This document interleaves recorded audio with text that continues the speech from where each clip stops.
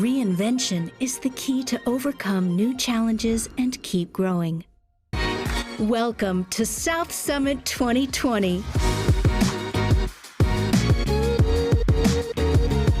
A new networking platform with a revolutionary live TV format to access and connect from any device, anytime, and anywhere. Join South Summit 2020 and multiply your business opportunities.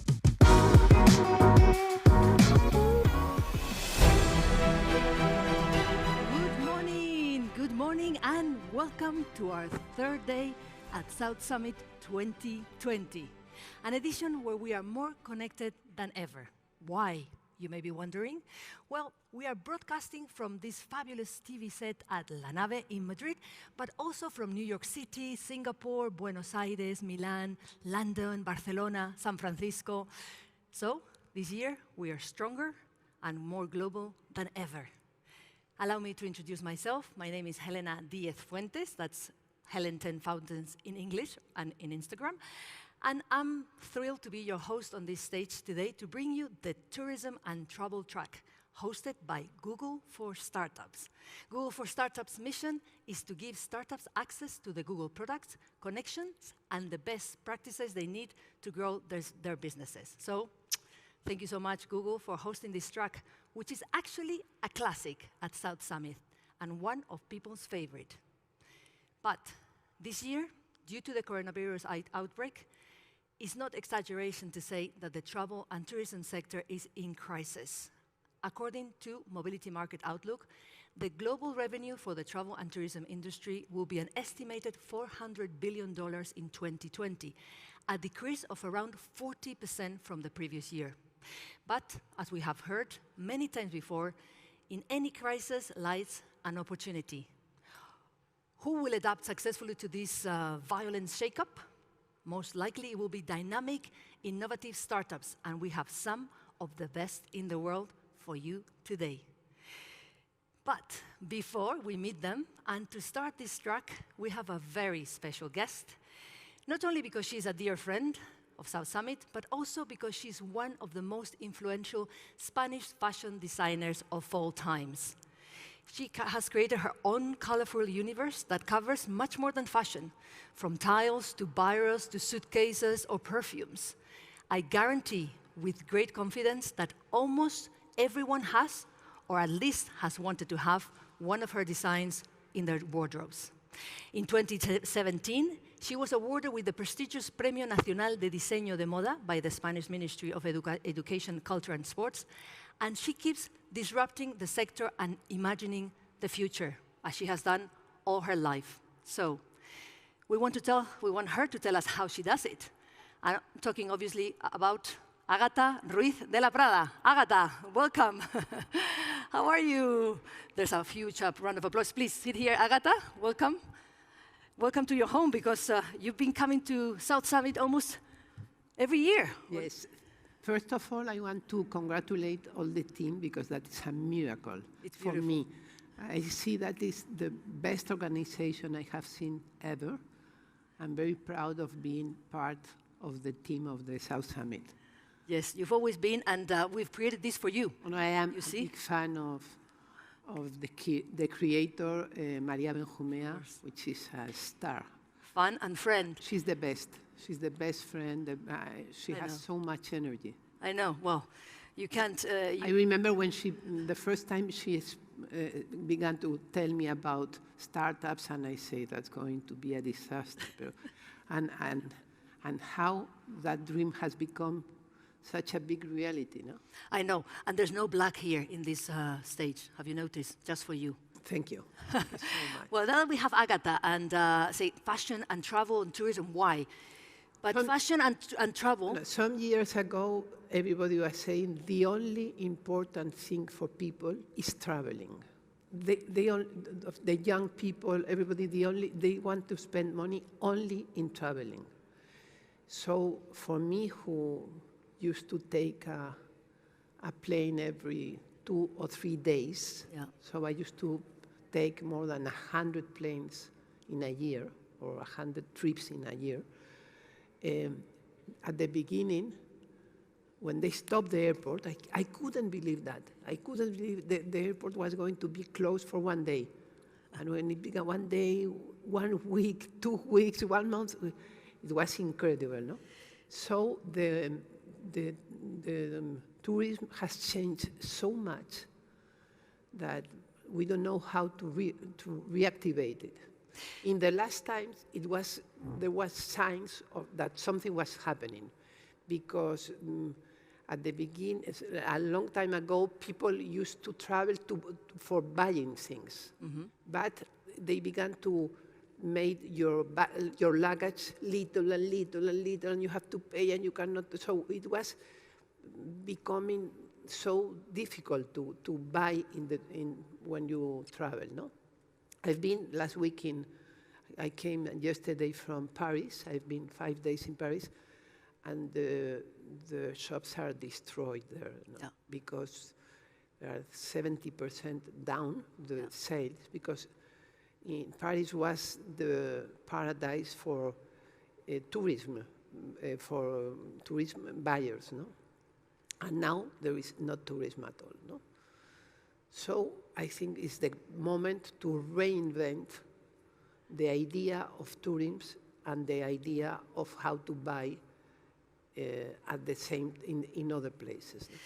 You're quite an expert in reinventing, and having, as I was saying, you're quite disruptive from the beginning. You've always gone ahead of the trend. In this sense, how do you see from your experience as a designer, a fashion designer, that is so, as you were saying, so related to traveling? Not only designers travel to show your collections, but also, as you were saying, tourists travel for fashion tourism. What do you think could be done? We have been speaking 20 years about the web. Yeah. And now the web is the only solution we have to all of our problems, no? For me, from the beginning of the confinement, I have been more active than ever in my life. Yeah. I have spent my day in the television and in the social media. And I think this year I will,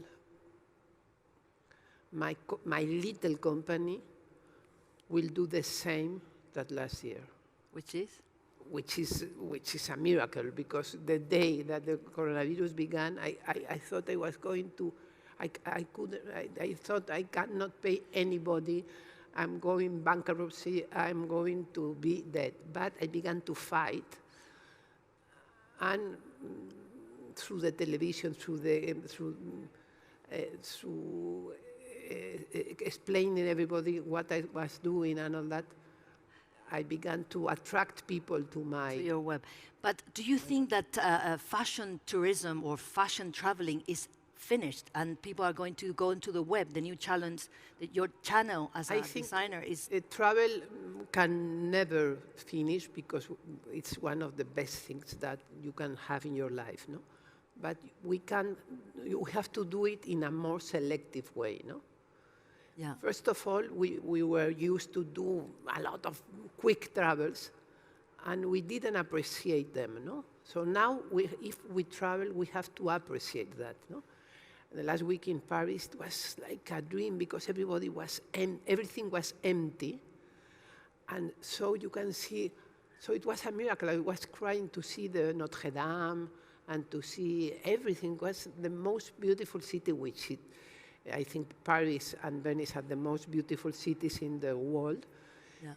And also I've been in Sevilla. Well, no, it's very difficult to stop me. Yeah, I know. Actually, we are running out of time. Agatha, it's such a shame, because TV, we have even less time than when we were live. Just tell me your plan, your next highlight for the future. Let's leave on a positive note. Tell us what Agatha Ruiz de la Prada's next we have to travel in a better way, more exclusive way. We have to thank God for the good things of traveling. We have to take advantage of all the. I've been in all the best museums. I have been in a Louvre 2 days ago. No, nobody can stop you. You have to do that in a responsible way.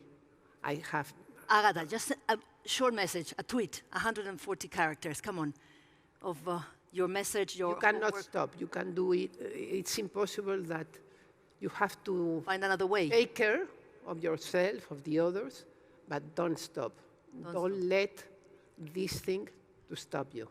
You can see Agata Ruiz de la Prada doesn't stop despite the confinement, despite the coronavirus. She's been in Paris, she's working, she has new collections, so we'll expect to see And you. I have any antibodies, which is a miracle because I'm all the day seeing people, I don't know, but I maintain my distances. Agata, we'll be looking forward to seeing your next creation from And your... congratulations another time because it's impressive. Better than ever, your South Summit. Yes, yes, I think. So we'll see her next year in 2021. Thank you, Agata Ruiz de la Prada, for coming to your house, South Summit. We couldn't start in a better way with one of our most important celebrities in fashion and travel and tourism. But the heart of South Summit's edition is meeting the 100 international startups that made it to the final startup competition. So before I introduce them to the first one of them in this track, I'd like to walk you through the competition's dynamic. Today we have 10 startups in this track, which is divided in 3 sections: 4 in travel, 3 in tourism, and 3 in accommodation and hospitality. They will do a 3-minute pitch, and we'll have half a minute, 30 seconds, to answer 1 or 2 questions from the jury that will be selecting, both the physical and the virtual jury will be selecting the 2 winners from this track later this afternoon. And they will do it according to 5 criteria: innovation, scalability, team, viability, and investability. And we have a top jury for this track. Let me introduce them as usual. I'm going to start with the physical jury because they came all the way here. So it's a pleasure to have them with us. Thank you for coming. We have Gonzalo Velasco, Business Plan and Innovation Director from Ferrovial. Thank you, Ferrovial. We have Bárbara Ozores, Head of Google for Startup Spain. Thank you for the track as well, Bárbara. We'll see her a bit more later. We have Ignacio Tovar, or Nacho Tovar, Head of Innovation and Digital Transformation on Iberia, or Iberia. And we have Alejandro Gutiérrez from the United Nations World Tourism Organization. I'm not going to say this again. From now on, it's UNWTO, which I think is even longer. There they are, our 4 physical jury, which will have priority to ask. And we're going to walk on this side, and we have another 14, 15 members of the jury. Hello, everybody. Can you see me? You can wave, wave, wave, wave. Hey, hey they are. Hello, I see a lot of friends, Let me introduce them, bear with me, because we have with us, oh, my dear friend, Sonia Fernandez, partner from Kibo Ventures, Lorena Herrera, Head of Digital Marketing at Telefónica, Abu Qasim, founder of Juicy and Angels. We have Antonio Jiménez de Córdoba, partner at Seaya, Pauline Roux, she's partner at Elaya Partners, Mercetel, a good friend, general partner and co-founder at Neco Capital, Diego Montes, venture capital investor at Plug and Play, Tech Center, Josep Guitar, investment analyst at Sabadell Venture Capital, Carlos Moser, investment manager at InverReady, Venkat Kondragunta, the associate at ProFounders, and Susan Chiu, head of venture at Amadeus. Is everybody there? Say hello to everybody. Raise your hand, raise your hand. Did I miss anyone? Did I miss anyone? Hope not. Thank you for coming. Thank you. I'm not repeating this list again. I'll be speaking to them in a minute. So, here's our physical jury. There's our virtual jury. And we're going to start with our first startup. Traveling the world isn't always a walk in the park. Not for any of us. It takes a lot of planning and organizing. Add to that a limiting disability, and travel can seem like an impossible task. Our next startup from South Korea has set out to make common travel, the difficulties for the disabled, a thing of the past. Here with us, we have Gilbok Lee. He's the manager of Amuse Travel. Are you there, Gilbok? Hello, Gilbok. Hello, this is Gilbert Lee. I'm a director of management and planning team in Amuse Travel. Well, how often do you travel? According to the data from UNWTO in 2019, the market size of international tourism exports in the world is about $1,781 billion. In Asia, it's about $485 billion. In Korea, it's about $26 billion. Then, can you guess how big is the market size of accessible tourism? According to the WHO, The disabled is accounted for about 15% of world population, 26% of US population, and 5% of Korea population.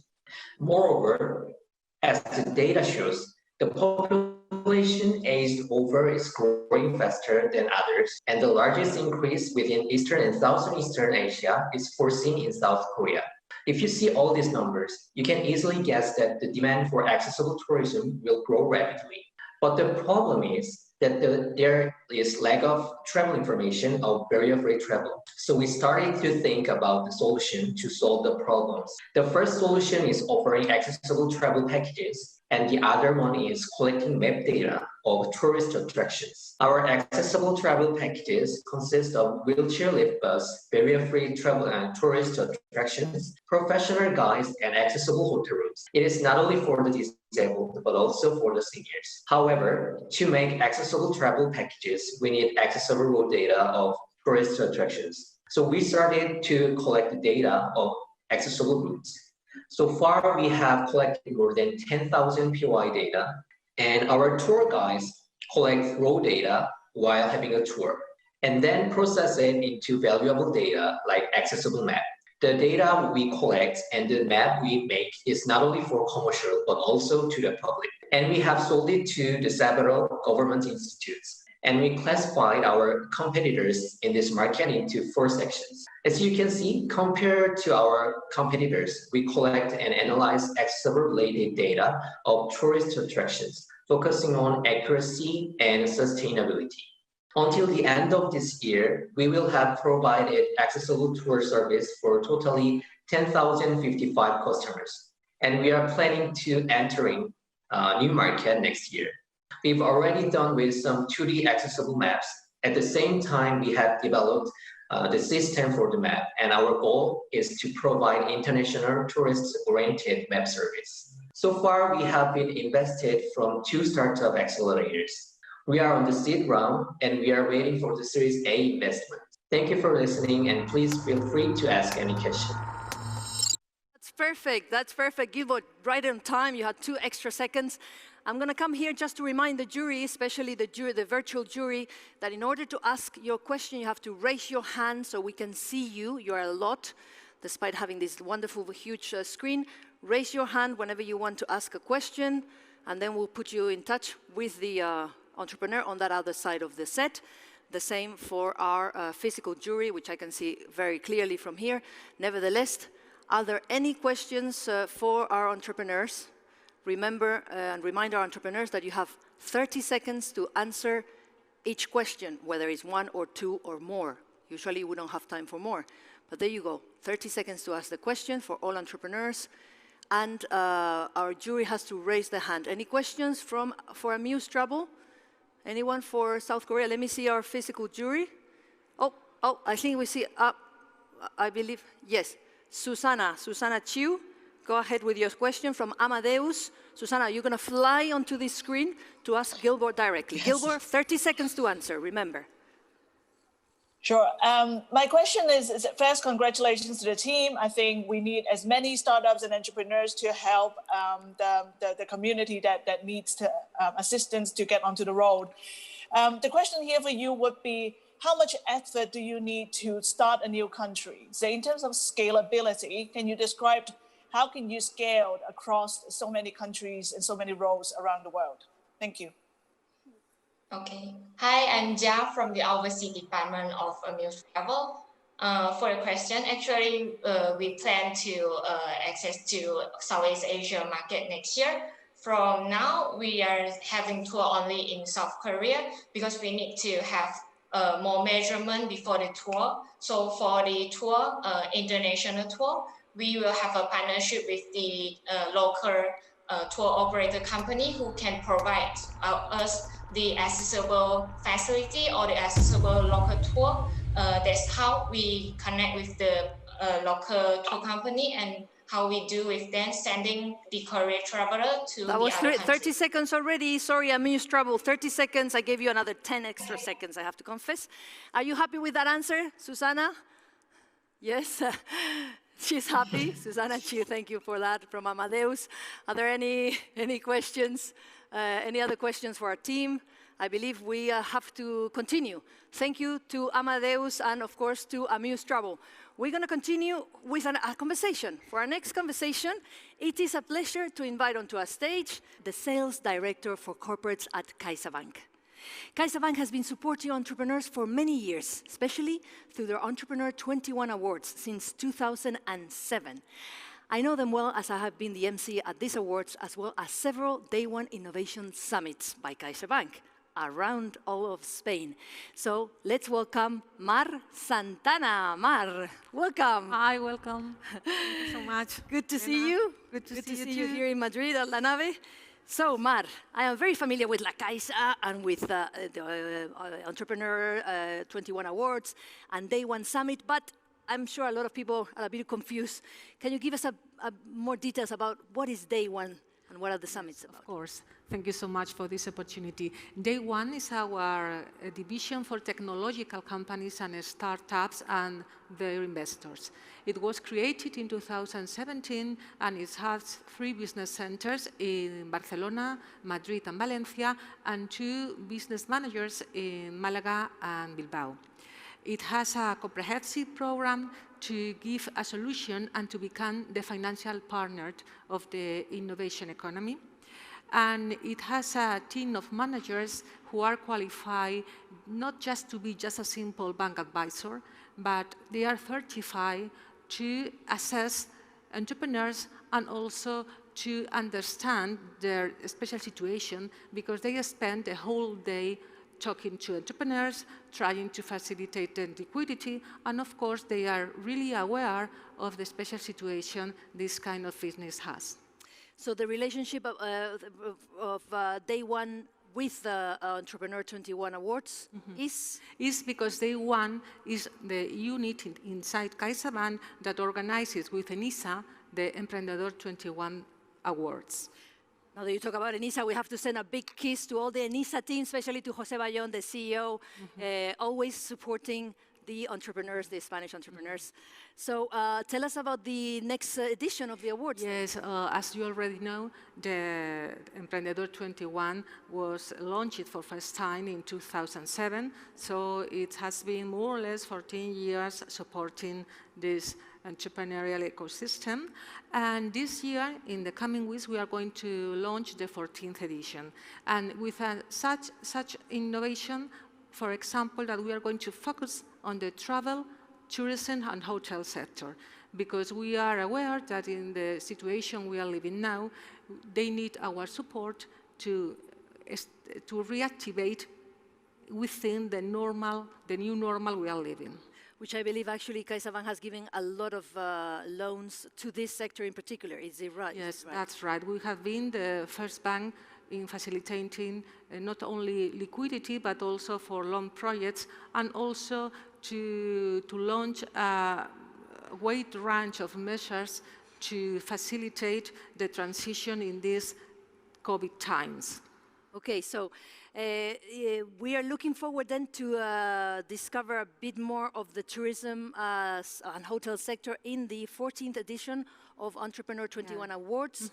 That is going to be launched soon, and we don't know when this is going to happen, or the entrepreneurs can already send their, once it's launched, they can participate. I guess all the information is in the web. Don't worry at all, because we will do properly. So we'll launch a proper campaign. We will contact with the main role players in this business, and of course we will have to look for an approach to trade, tourism and hotels, but since a technological approach. So we want to reactivate the sector, but from a technological and innovative point of view. Excellent. So if you're an entrepreneur in the hotel, tourism, travel industry, hotel especially, with a technological approach, stay tuned for CaixaBank's announcement of the 14th edition of Day One Summit and the Entrepreneur 21 Awards. And looking forward to your news. Yeah, thank you so much. Thank you for your support and to give us this opportunity to share with you all our initiatives. Remember, stay tuned at Day One Innovation Summit 2021. Thank you so much. Thank you, Mar Santana from Kaiser Bank. I'm going to accompany you to leave the set because we have to continue. Thank you so much, Elena. Thank you, Mar. With our next startup, we're going to our second startup of the day. It's coming from the United Kingdom, all over the world. Billed as the Netflix of travel by The Telegraph and featured on CNBC as the future of travel, our next startup is the world's first travel subscription service. They are removing all the hassle from travelers by turning 10 hours of planning and research into 60 seconds, yes, whilst at the same time leverage customers' data to create a win-win situation for customers and hoteliers. In fact, you could have booked your next holiday break in the time that it took me to introduce them. So let's find about them from Gregory Jenny, the founder and CEO of Be Right Back. Welcome. Hey everyone, my name is Gregory Jenny and I'm the founder and CEO of Be Right Back, the world's first travel subscription service. And let me start off by telling you a little story. If you think about the travel industry, the process of booking travel really hasn't changed in 20 years. And the onus is still on the customer to do all the heavy lifting. But if you think about travel from the consumer's perspective, the only thing that I care about is going on my trip and sharing my experiences. Yet the reality is that it takes 10 hours to research and book a weekend break, usually spread across a number of weeks. And this research process has been carved into multiple billion-dollar industries with brands competing for my attention. And whilst I'm engaging with all these brands, trying to figure out where to go and where to stay, flight prices are rising. And this is preventing me from traveling to the places I want to go to. So that's where BRB comes in. By taking the entire purchase journey out of the equation and shortening it down to one simple question: when do you want to go? And our subscription model is incredibly simple. You pay £50 per month. For that, you get 3 trips per year, flights and hotels included. And each destination and trip is tailored to your personal preferences. And this is how it works. You create your account and set your travel preferences, you choose your plan, and you create your trip in less than 60 seconds. And 1 month before travel, we send you a postcard to reveal your destination and send you personal recommendations. So you go with BRB and have an amazing experience. And here's the thing with an amazing trip. You want to do it again straight away. And with BRB, you can do just that in less than 60 seconds, the minute you get home. So we've turned something quite painful into the most convenient and exciting lifestyle brand for travelers, which has real traction. We've already sent customers to over 70 destinations across Europe and are well on track to deliver 40,000 trips over the next 3 years. And this traction has led to press across some of the leading media publications in the world.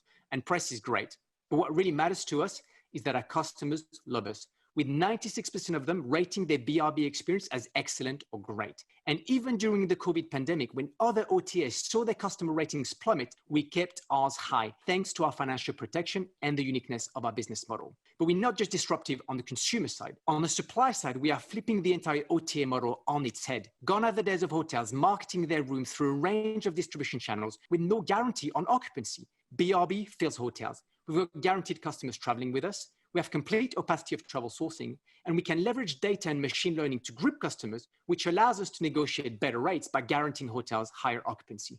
And over time, we know exactly what to sell and when to sell it. For example, leveraging your Spotify data to upsell your concert tickets because we know your favorite band is going to play there that weekend. And all of this is allowing us to disrupt a £63 billion industry in the UK alone, one that's grown 29% since 2012. And we've assembled an amazing team behind this business. I've personally spent 10 years in the travel sector, and Sam, our head of operation, has delivered over 45,000 trips over the last 5 years. And we're backed by leading entrepreneurs in travel, including Michelle Terry, former president of Hertz International. So we'd be right back, the most exciting lifestyle brand for travelers.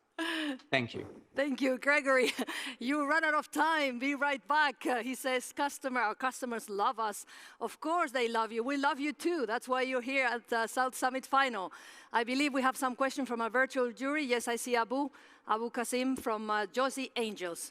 Go ahead. We're going to fly you first to that other screen so you can ask your question directly to Greg. Greg, you remember, have 30 seconds to answer to our jury's questions. There you go. Great presentation. I've just got a question around the perceived delivery responsibility. So as a customer, I perceive that BRB would be responsible for some of that delivery. How do you ensure that the customer has a consistently good experience in their travel? Thank you. That's a great question. So, we handpick every single hotel that is part of our portfolio and work very closely with them. So on that perspective, we ensure that every single property that is on our books is effectively of the highest quality possible, ensuring the best possible stay for our customers. And we get feedback from our customers. So any hotel that doesn't deliver a high level of quality for our customers is effectively taken off our books. Excellent. Thank you, Greg. Are you happy with that, Abu Qasim? Abu? Yes, you're happy. Remember, jury, especially the virtual jury, you have to raise your hand if you have any questions. I can see you there, but I have to go to the physical jury because Nacho Tobar from Iberia has a question for Greg. Whenever you want, Nacho. Hi, how are you? First of all, congrats for the projects. I think it is amazing. So I'm the head of innovation of Iberia, so an airline guy. And I think every single airline in the world is assessing this kind of subscription models. So what would be your answer in the kind of relationship and agreement that you have or you want to have with airlines in all this, your value proposition? Well, what's interesting about what we're doing is we can effectively guarantee occupancy ahead of time. So like I said, we have complete opacity of sourcing. We decide where customers are going and where they're traveling based on their travel preferences. And what it means for us is we can work with both airlines and hoteliers across the industry to guarantee them occupancy ahead of time. And that makes, I think, for a very compelling conversation from a commercial standpoint in terms of being able to have direct relationship with a various range of airlines, whether it's TAP Portugal for Portugal, where we can guarantee occupancy and seats on specific planes, but 6 to 12 months ahead of time. Excellent. That was right on time. Thank you so much, Nacho, our Iberia man, you say, our plane man. So we have another question, I know, from the virtual jury. Diego Montes, I know, but can you keep it for the next startup? Because we run out of time, but I see you, I promise you have priority for our next round of questions, okay? Because now we have prepared a conversation with 3 guests and a very special moderator. She is the Director of Innovation, Digital Transformation and Investment at the United Nations World Tourism Organization, which I said I wasn't going to say again, but don't ever trust a woman dressed in blue. And she's a dear member of South Summit, our South Summit family. So please, let's welcome Natalia Bayona. Nati, where are you? Here she is, Natalia, come back to your home. Well done. Welcome, and lovely to see you again. It's my pleasure to celebrate today innovation and digital transformation in my passionate industry that is the tourism industry. Of course, Natalia is all over the world, but today she's here with us, back to her roots. And I'm going to pass her the microphone because she has special guests she's going to introduce us, and she's going to ask them a few questions. They're all in the cyberspace, so go ahead, Natalia. That's amazing, and I would like to thank, of course, to Maria and to the South Summit team for this wonderful thing. As you know, innovation and tourism is not about leisure and about going through vacations. It's about events, meetings, incentives, and this is a revolution, and this is the perfect example about how we can innovate to create better events, better added value knowledge in order to empower tourism again. Today, we have the pleasure to have 3 startups that now are in their process to become scale-ups.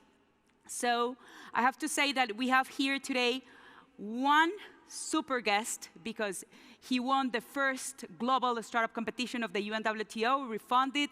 Sif, our wonderful Israeli entrepreneur, is here today. Second of all, we have a woman, as you know.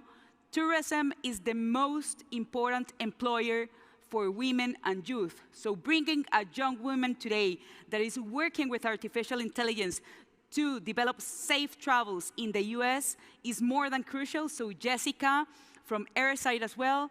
And last but not least, we have a Spanish talented venture from Mallorca that is my dear friend Carlos Sendra from Mabrian Ventures, where he's a data powerful mind that is working with governments in order to create a better future on tourism. So let's start this venture. Natalia, we have them on your right on the virtual set. Hello, everyone. So good morning, the 3 of you. It's my pleasure to see you again. So Siv, I want to ask you a question. How do you think new technologies can help to recover the tourism sector? How do you see this? Hi, Natalia. What a pleasure to be with you today here, and thank you all for having me. We're going through a crazy period of time, of course, and tourism is suffering heavily, but there's an opportunity now. And the opportunity is to look at all the points of friction, to look at different points where changes have not been made and where processes are stuck and tourists are not having a good experience, having difficulties with traveling, with enjoying their vacations, and thinking how to kill this friction with digitalization. And there are so many opportunities out there. Of course, I will give one short example from our life as Refunded. Refunded, of course, is revolutionizing and digitalizing the world of VAT refunds for tourists or tax refunds. Not going to go into all of the details, but I think that all of you know that this isn't working. The long queues at the airports, the difficulties, the fact that small, medium businesses are not involved, the fact that travelers don't really get their money back, and the reality that a lot of money isn't going back to the travelers, and that money is not going back then into the economy. So basically this area has not changed from the 90s, and this is government regulated. So here is an opportunity. And today, what we're doing as Refunded during this time is talking to governments, of course, all over Europe, very, very extensively, because digitalizing this process will really open up a solution, will allow small, medium businesses in rural areas to be able to participate, which is not the case today, will support travelers so that they will be able to spend more and enjoy spending more. And that's, of course, something that everybody wants once tourism is back, and support the government with digital solutions that will give them data, that will help fraud control, that will shorten the queues at the airport so that people can enjoy themselves. Again, I'm being short, this is just one example, but these areas of friction exist in different places, and now is the opportunity to go out and fix them. That's amazing to know, and of course, the responsibility of recovered tourism today, of course, it's not only about governments, as you said. Of course, it's a responsibility of the whole ecosystem. So now I would like to give the floor to our dear Jessica, that is working with the US, with the Department of State, to recover tourism there. So Jessica, how artificial intelligence is helping us to create a better future, a better understanding, and of course, a more safe travel journey? Hi, Natalia. Yeah, thank you for inviting Airside to participate today. So a little bit about our company. We're a digital identity company, and how we're using our technology to help with recovery efforts is that we can put control of individuals' identity information digitally in their hands on their mobile device, which I think is really important to recovery, in that the industry is looking for solutions that are both touchless, that are removing choke points and lines throughout airports, hotels, and other parts of the journey, and so on. And so there's sort of a safety and security that we need to be aware of on behalf of our passengers and our travelers. And this is providing them safety and security, both from avoiding crowding that may spread COVID, but also from the perspective of this is a user-controlled, consent-driven digital identity. And so we are allowing the traveler to maintain security and privacy of their information as well. Thanks a ton. So what you're saying is that, of course, we have to use data. We have, of course, to give the privacy and to follow the rules in order to travel again safe. But, of course, with the use of artificial intelligence, we can help, of course, to analyze better what type of tourist do we want, and of course, that can help us to create a better understanding about marketing, and of course, about giving the top messages to those prospect tourists. So that's wonderful, because I want to connect your thoughts with Marian and with Carlos. He's an expert on data, so he's a data-driven specialist. So Carlos, what's your advice today? How big data can help us to develop and to take better decisions on the tourism sector. Now more than ever, tourism needs strategic thoughts and more public-private leadership. How big data can help us to create that mutual understanding. Thank you, Natalia. Good morning, buenos dias. Well, thank you for giving us the opportunity of participating on this summit. Yeah, well, I will start with something that I always have in mind, that it's data by itself is overrated, right? And this is something curious to be said by a big data company, isn't it? But it's the reality. We work to transform data into information, which is the key point, right? We transform data into information and then drive that information into specific decisions, right? This is something that we are fighting for the last 5 years already, right? And so the new situation, it's kind of helping us to defend all that message, right? The managers, the destination and company managers are nowadays facing a completely new reality. And this means that they cannot count on the previous experiences, their know-how, the historical data, all that normally is being used for making decisions anymore, since the new reality, no one knows how it's going to be, right? So the unique way to understand the tourism dynamics and try to anticipate a little the next trends is by having update data with a global approach, which is what we are trying to do by analyzing different types of data in a global way, right? And one of the important aspects you mentioned is the collaboration between the private and the public sector. I think this is key, and this is something that we have been defending since also a lot of years, but now it's even more important, right? It's key to have the same goals, the same approach, the same objectives to recover the tourism, right? It's not about recovering one business, it's about recovering the tourism itself in a global way, and it's specifically important to be aligned between private and public sector, and it can come together by sharing big data analytics tools as we do. That's amazing. Thanks a ton to the three of you. Of course, you are ambassadors of tourism and technology, and I would like to leave this conversation by a final message. Technology and innovation is the key driver for a more sustainable tourism. If we have a golden opportunity today. It's one of the most hurt economies. It's one of the most hurt sectors, but we have the golden opportunity to rebuild tourism the right way.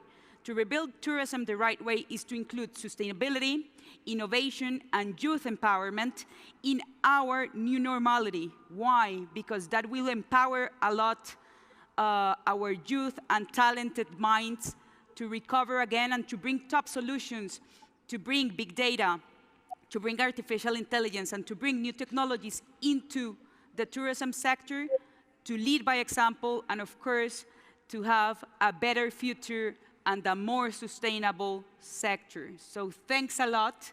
It's amazing to be here today. So Natalia, once South Summit, you'll always be South Summit, no matter if you are at UN, WTO, or wherever in Mars.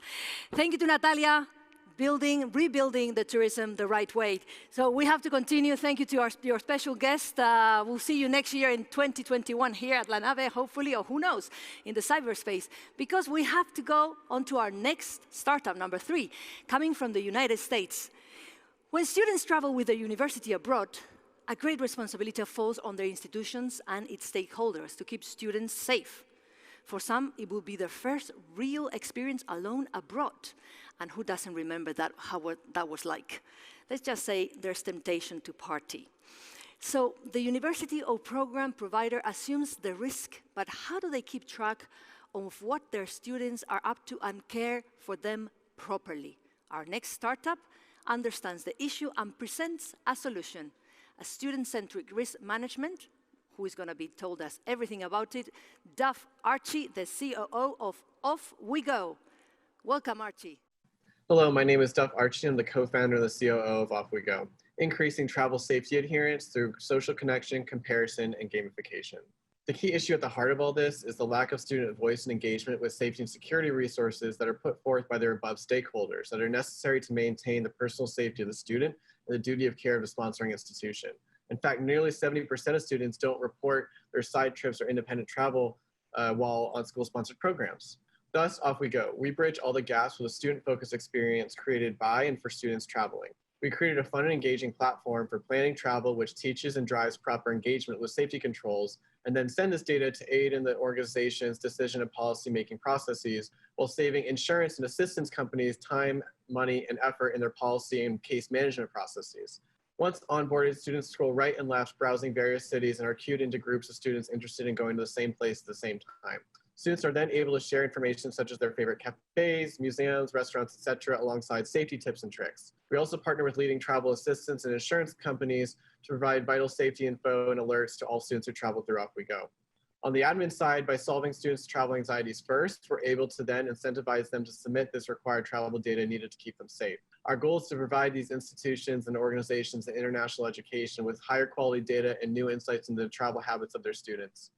Off We Go also applies Yu Kai Chow's gamification principles, this octalysis framework, so that proven principles that have worked for Duolingo, Noom, Strava, Forest, etc., can help transform travel safety adherence while also generating valuable data. On the business side of things, we primarily operate on yearly or bi-yearly renewing contracts with our organizations or institutions. However, with COVID complications and higher ed in disarray, our recent focus has been in direct-to-consumer, via parent or student themselves, and we've shown willingness to pay in our focus groups of at least $25 a month, up to $360 per year. We also gain commission from the affiliates and partner services utilized, and we also see ways of monetizing our partnerships with travel insurance providers with a user-directed data share to augment their any mutual customers. And yes, we are in the international ed market, but also see ways to branch into the corporate leisure space and actually have interest from some companies in that space right now with partnership discussions with a 401k consultancy going right now. In terms of our team, John and myself have lots of extensive experience in the international ed market and are complemented with Vasu's and Neil's technical expertise and have a mix of UX and technical interns from the below colleges and are complemented on our advising team from both the travel tech and ed tech markets to really help us branch these markets together. In terms of our competitors, our closest one is Teradata. However, many of their features get lost in translation and often have heard complaints of being antiquated or hard to use and require a lot of onboarding time. Across the board, there's low engagement with travel tracking, and Off We Go is a student-centric, tailored to both the wants and needs of the students and the admins. Finally, we've seen an increase in bounds of leads in the beginning of COVID and have named 2020's Go Abroad's Innovative Technology finalist. So thank you, and if you want to be involved, please reach out. Okay, thank you, Dafa. You took a couple of extra seconds there, you naughty one. It's okay, I'm coming here to our virtual jury because I left them with their hands up. Remember, if you want to ask, you have to raise your hand so myself or the production team can see you. There's 15 of you at least. No questions. Okay, well, we continue then with our next startup coming from Italy. The next startup brings us a new way to travel. Make friends and live a life-changing experience. They put together solo travelers. Eager to discover the world, meet new cultures, and make new friends. If you are Thelma, they will find your Louis, and if you're lucky, Brad Pitt too. I mean, dreaming is free, and it doesn't hurt. But to tell us everything about it, we have with us Íñigo Balbín, country manager for Italy of We Road Viajes. Let's go and meet him. Hello, Íñigo.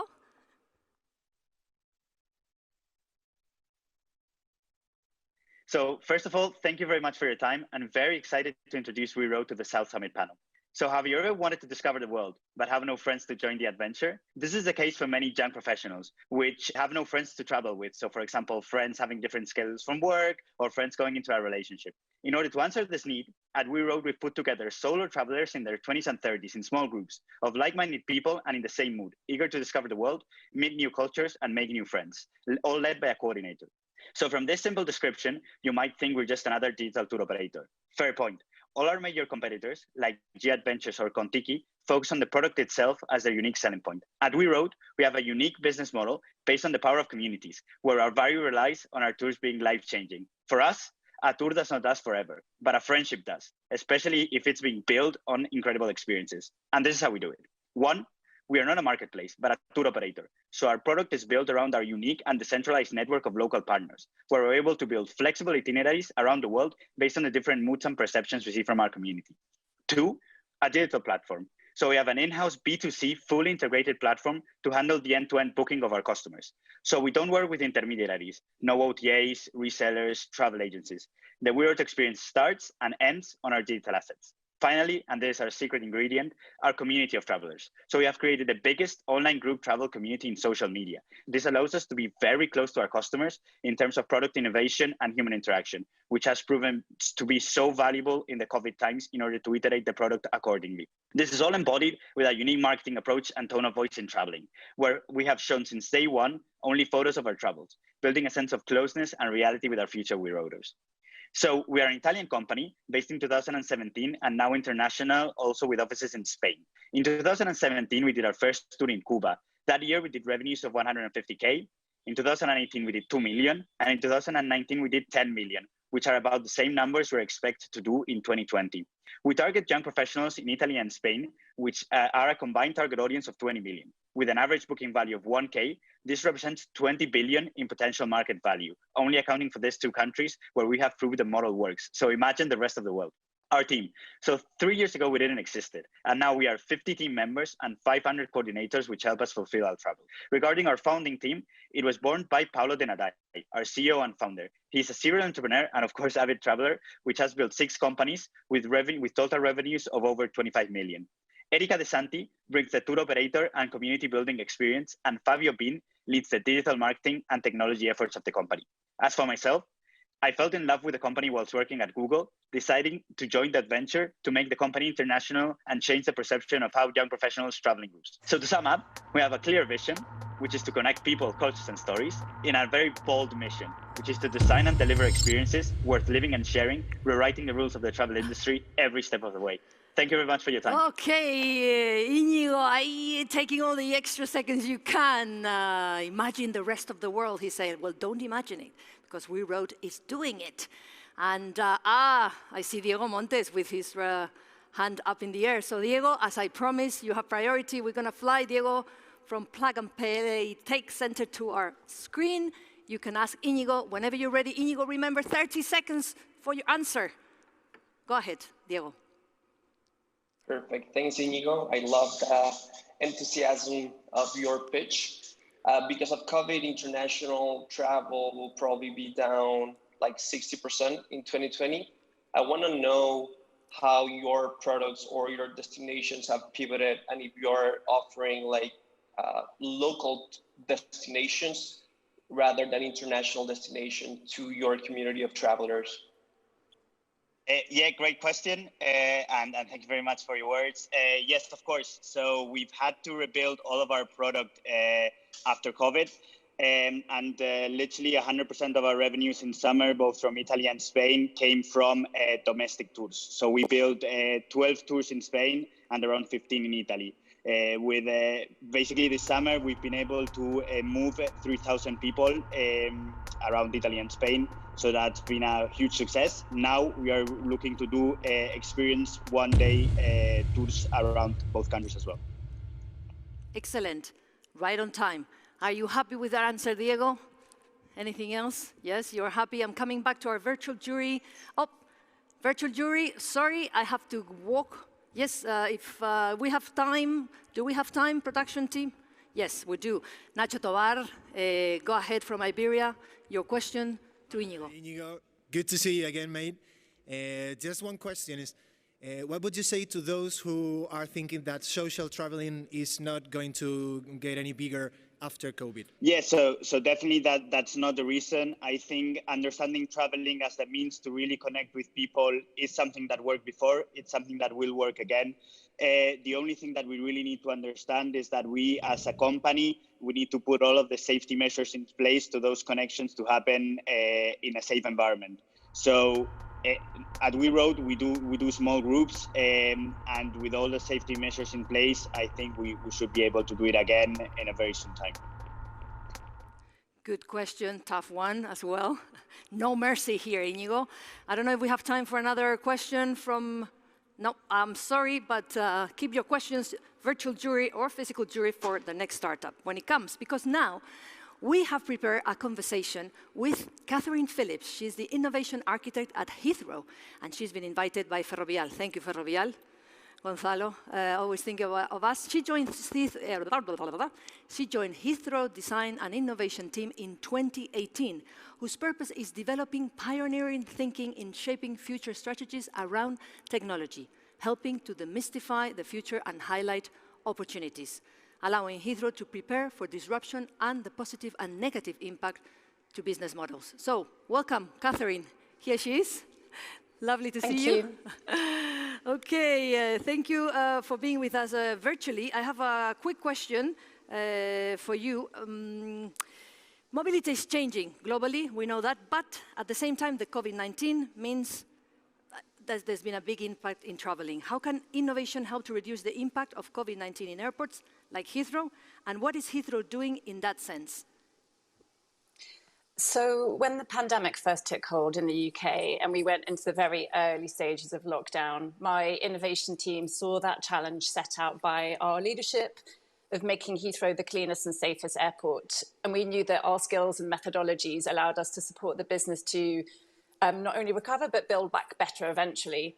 And so we'd run this brainwriting workshop within 2 days of picking up that challenge, and presented our findings of the innovative solutions that we had discovered back to our leadership, which really kickstarted a series of technology trials on issues such as social distancing, UVC cleaning of kiosks and robots, touchless technology, thermal screening, and rapid COVID testing solutions. The ability that we had in our teams to understand the business challenges and translate them into workable solutions in partnership with our Heathrow operational colleagues has been pivotal. Many of those trials have now become part of larger programs that are an essential part of the recovery of our airport and the wider aviation industry. And I've been working on our COVID testing trials over the past few months, and it's been incredible to see how we've managed to not only learn vast amounts about how the virus works or doesn't work, but how best these new and emerging testing and screening methods might help us and help passengers feel more confident about flying. But more widely, we can see the return of a successful aviation sector will have a positive impact in the economy. And testing has really been crucial in the response to this pandemic, and we believe it will play an integral role in the reopening of borders. And even though lab-based tests have helped a number of countries to flatten their respective peaks, it's quite clear that we need to explore new, innovative ways to deliver tests outside of a lab and at scale. Excellent. Thank you. Thank you so much, Catherine. Exploring new and innovative ways to, for the challenge ahead. So I'm sending a big kiss to the UK and to Heathrow. Who hasn't been in Heathrow or through Heathrow at least once in their life? So good luck for the new challenges, and we hope to see you very soon. Thank you for coming. From Heathrow Airport, Catherine, thank you to Ferrovial for inviting Catherine Phillips. We have another conversation. We have a segment or a slot, if you want, organized by Google. And we're going to talk about how startups are bringing innovation to the travel industry. To lead this section today, we have with us Barbara Ozores. She is, as you know, because I've introduced her, she's in the jury. She's the head of Google for Startups for Spain and Portugal. And this month, Google for Startups Spain is launching Growth Academy, Travel Tech, a new program aiming to support one of the most affected industry by the pandemic. So I'm going to invite Barbara. Sorry, there was a bit of a noise and mixing around here. Yes, let's go and invite Barbara. Come on, Barbara, welcome. Take a seat, because I believe, Barbara, welcome. She was already at the jury. She's working double today. That you have some guests. So if you'd like to introduce them yourself. Yes, fantastic. We have Javier Moliner, who is the CEO of Howlanders, who will be joining us, and Noelia Novella, who is the CEO and co-founder of Doing, who are both participants of Growth Academy Travel Tech. Come on, Javier, don't be shy. Noelia and Javier, feel at home. Would you like some extra water? Because I drank yours before. So if anybody needs water, you won't have time to drink much. There you go. All yours. So at Google for Startups, we aim to support the startups by bringing them the best of Google, product experts, best practices. Startups are the agents of change. We truly believe that you're able to move the economy and that you're, in these times of uncertainty, you can bring new creative ways that can definitely help.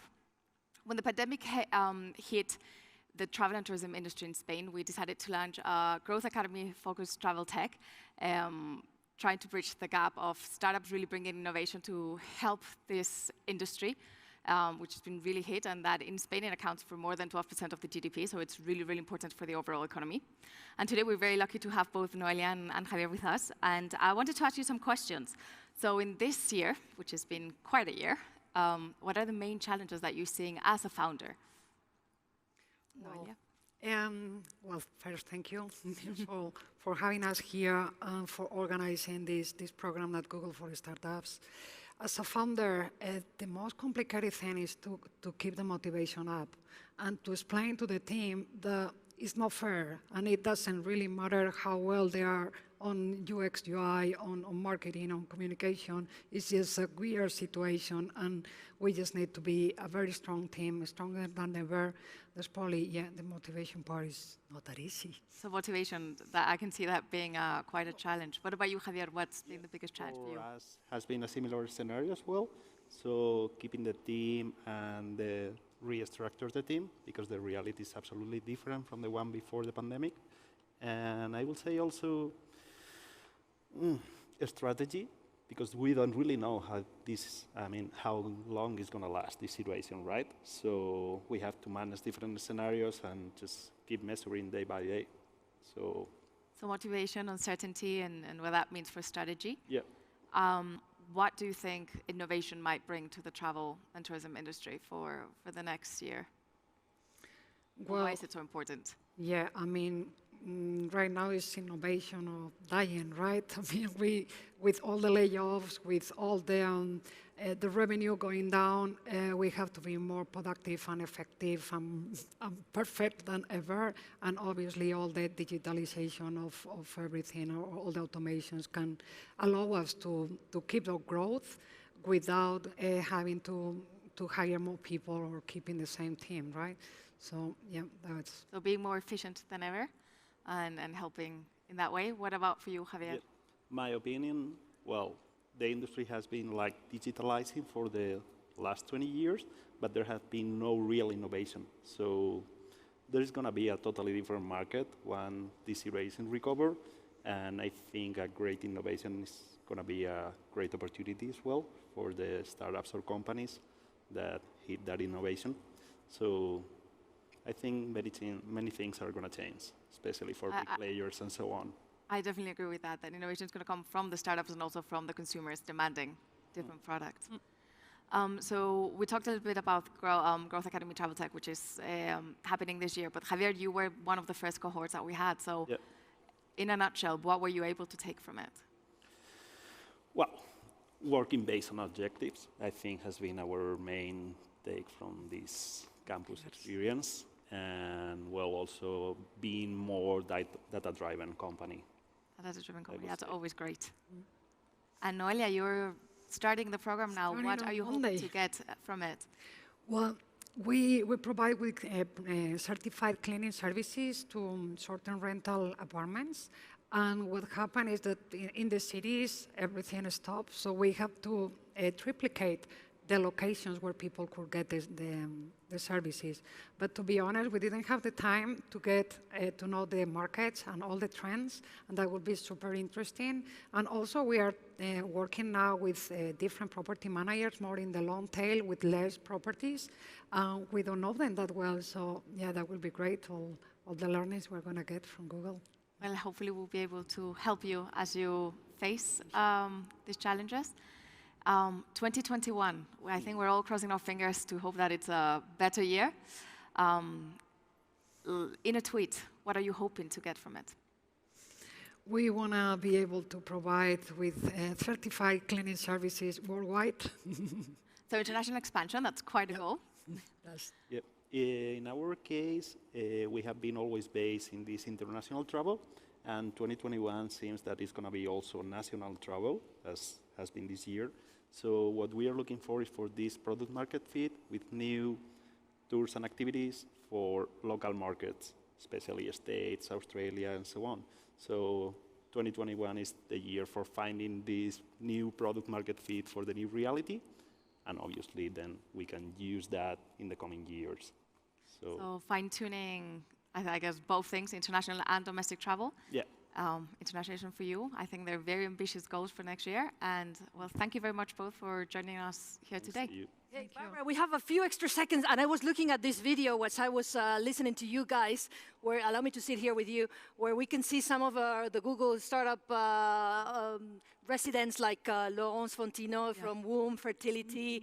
That's such a fantastic trip ahead of you. A lot of friends, faces that we know. And I was going to say there's somebody that we're missing today, especially we send a big kiss to Sofia Benjumea, Yes. the heart and soul of Google for Startup, along with Barbara, obviously. So you're going to be there, guys. It's a fantastic look, Laurence and a lot of friends. So it was lovely having you here. Good luck, good fun. And Barbara, we'll see you soon. You have to go back to your, because you haven't finished working just yet. She's back to her jury chair. Thank you so much. Guys, thank you, Noelia and Javi, and obviously Google for Startups. We have to continue. So we're going to, with our next startup number 5. This startup is coming from Israel. As you can see, we touch the whole world. I once tried to order room service from a hotel in Yekaterinburg in Russia, in the Urals, in 1997. Not speaking Russian, and the hotel not speaking English, made this challenging, to say the least. But that's a problem of the past, thanks to our next startup, who enables guests to communicate with their hotel in their native language, using their favorite messaging app. Now, how do I say in Russian, I didn't order cabbage and vodka? Until I find out, let's find out from our next company and find out what they do. He's here, Roy Friedman, CEO of Easy Way. Welcome, Roy. Hey everyone, and greetings from Tel Aviv. I'm Roy, the CEO of Easy Way. We all know the hotel industry. Super old-fashioned and has a lack of digital solution. Now, with the effects of COVID-19, hotels are facing their biggest challenge yet. They need to provide a safe environment for their guests. With Easy Way, hotels can provide their guests with a fully digital journey, online check-in, checkout, payments, and contactless communication throughout their entire stay. Downloading an app is a barrier. Not every guest wants to download an app just for a 3-day trip. With us, hotels can instantly connect with their guests on every messaging app, WhatsApp, WeChat, Facebook Messenger, you name it. All of this in more than 100 languages. The system also allows hotels to create their own set of rules, making it super easy to offer different services to different guest segments, like VIP or first-timers, and so on. We personalize the experience for each guest. That's how we've reached the best usage rate in the market in over 18 different countries. If, for example, a French guest will have his entire guest journey on WhatsApp in French, and the hotel, in its turn, can answer in Chinese, he will use it every time. Well, that's it in a nutshell. Thank you all. See you soon.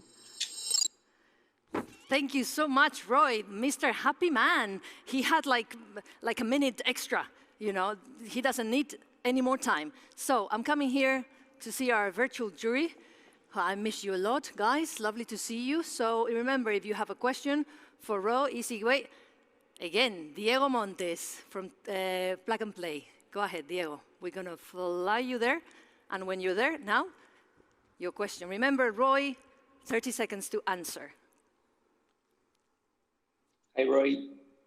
Thanks for the pitch. I got a quick question regarding your product in particular. There are many chatbots that are applied to the hospitality industry. So I wanted to understand, first of all, how do you differentiate among all the other competitors? And 2, there are like 2 different approaches. You could be either solving the operational side of the hotel or the revenue generation part. So I wanted to understand that a little bit more.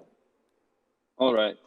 Hey, Diego. So I'll start with the first question regarding what makes us different or what differentiates us. It's simple: personalization level and fast start.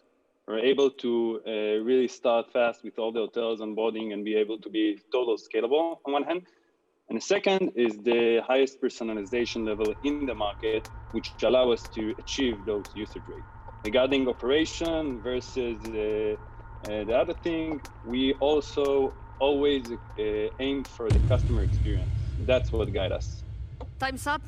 That's great. Thank you, Roy. Are you happy with that, Diego? He's happy. Everybody's happy here. You know, why not?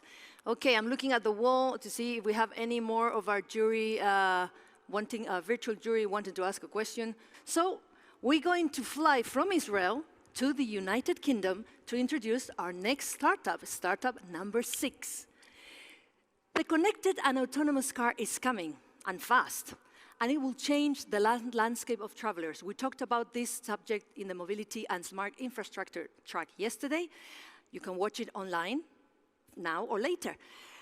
The next startup is building a digital ecosystem to provide inspiration and information for car travelers and seamlessly connect these travelers to retailers and service providers. Your car will not just drive you, it will take you to the hotel, check you in, and get you a cup of coffee. Wow, can't wait for that. Here to tell us how is Nikita Dedic, founder and CEO of Road Travel. Welcome, Nikita. Hello, my name is Nikita, and I'm the founder of Road Travel, your all-in-one solution for road trips. The popularity of road trips has been increasingly growing over the past several years. 63% of all Americans took at least one road trip in 2019, and that was before coronavirus. So now, the consensus in the tourism industry is that road trips and local travel are the main trends of 2020. Road trips are perceived to be safer than visiting friends or going on a date. So let's have a look at this beautiful road trip around Iceland. 11 days, 9 different locations to stay, and lots of emotions that you bring back. How much time does it normally take you to organize such trip? Does it look familiar? Visiting multiple websites, preparing some spreadsheets? We at Road Travel have integrated more than 30 different providers of data and bookable services, all on a single platform to make road trips easy for one. So I don't want to go to the boring details, but just looking at this picture, I guess you can imagine that Road Travel is, well, quite ahead of the competition, I may say. So I encourage you to go to Road Travel from your computer or your mobile phone and experience it by yourself. It's just the easiest way to do it. Our business model is based on several revenue sources. First one, we sell the content which travel experts and authors create and place on the marketplace of trips. We receive commissions from companies like Booking.com or Rentalcars.com. And we provide sponsorship and white label packages and software licensing deals to corporations in tourism and automotive. Last year, we won several startup competitions from automotive companies, Volkswagen, Porsche, Ford Motor Company. And early this year, we announced a strategic partnership with the world's first smart device on wheels. We are already working to integrate our road trips into the in-car navigation systems. So you will see the first integrations already live in 2021. Last but not least, we are very proud to be a part of the UNWTO Innovation Network. We became the finalist of the Global Tourism Startup Competition with the United Nations World Tourism Organization. We believe that by developing road trips and bringing more traffic to remote destinations, we can contribute into the Sustainable Development Goals, sustainable tourism. We are building a global ecosystem of road trips, working with tourism officials to enable road trips in their destinations, travel experts to monetize their expertise, and brands. And we encourage everyone to join us on this journey. Thank you so much for your attention, and I'm ready to answer your questions. Well, he's ready, Nikita. He's inviting us to join him on a journey, and there's no such thing as boring details. What are you talking about? Investors love boring details, especially if there are metrics. So, investors here on our jury, please think of any questions. If we have time, I'll be back with you guys. But in the meantime, I'm going to go and see Gonzalo from Ferrovial because he's raised his hand and he has a question. So, Gonzalo, your question for Nikita, whenever you're ready. Thank you. Well, first of all, congratulations for this initiative. What I wanted to ask you is, how can you ensure that you are making a kind of an exclusive or unique experience for your customers rather than making it very popular and just getting into a traffic jam with the rest of the users of the app? Yeah, thank you so much for this question. Well, I would say that Road Travel in the first place, it's a platform. So there are different ways of using the platform. And right now, we're doing a market launch in Russia in a partnership with companies like Volkswagen, MasterCard, the government of Moscow, and we developed very different road trip scenarios depending on the target customer audience and depending on the destination. So the platform is very flexible, and we have our own network of travel experts who take care of the content curation. Time's up. Thank you. You happy with that, Gonzalo? Yep, thank you. He's happy. I'm waiting for a jury to say, no, I'm not happy. Actually, I want another question.